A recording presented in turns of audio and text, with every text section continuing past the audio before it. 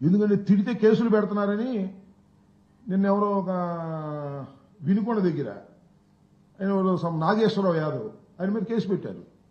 ఆయన ఏం చెప్పారు తెలుసు, ఇలాగే మైక్ ఎవరో బీబొట్టులు వచ్చి మైక్ పెడితే బ్రహ్మాండంగా ఉందండి ప్రభుత్వం, అద్భుతంగా ఉంది సార్.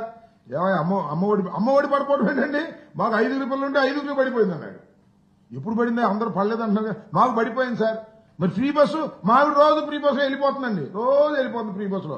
మా మిరపకాయలు కోసేవాళ్ళు కూడా ఫ్రీ బస్సులో వెళ్ళిపోతున్నారండి, వెళ్ళిపోయి మళ్ళీ ఫ్రీ బస్సు తీసుకొస్తున్నారండి. ఏమైనా మిరపకాయలు ఇద్దరు బాగుంది, బ్రహ్మాండంగా ఉందండి, 42,000కి అమ్మానండి నేను కింటా అని మనం చెప్పాడు. అంటే విమర్శిస్తుంటే కేసులు పెడుతున్నారని గ్యాస్ కొట్టడం మొదలెట్టారు. అద్భుతమైన ప్రభుత్వం ఇది, అమోఘమైన ప్రభుత్వం ఇది.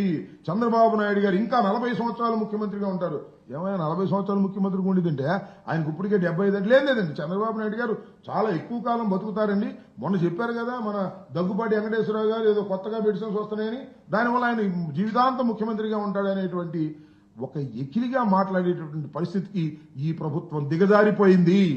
ఏ కార్యక్రమాన్ని కూడా ఈ ప్రభుత్వం చేయటంలో విఫలమైపోయిందనే విషయాన్ని ఈ సందర్భంగా నేను చెప్పదలుచుకున్నాను. రైతులు గాని, విద్యార్థులు గాని, పామరులు గాని తిట్టని వాడంటూ లేదు. తిట్టడంలో కొత్త పద్ధతుల్లో తిట్టేటటువంటి కార్యక్రమం చేస్తున్నారనే విషయాన్ని గమనించండి. తిట్టిన ప్రతివాడిని తీసుకెళ్లడం, బొక్కలేయటం, బెదిరించడం ఇలా చేస్తున్నారు. వినుకొండలో ఇదే సంఘటన జరిగింది. ఈ సంఘటనకి వ్యతిరేకంగా వైఎస్ఆర్ కాంగ్రెస్ పార్టీ న్యాయవాదులు వెళ్లారు, ఆయన బెదిరించుకు తీసుకొచ్చారని కూడా ఈ సందర్భంగా నేను చెప్పదలుచుకున్నాను.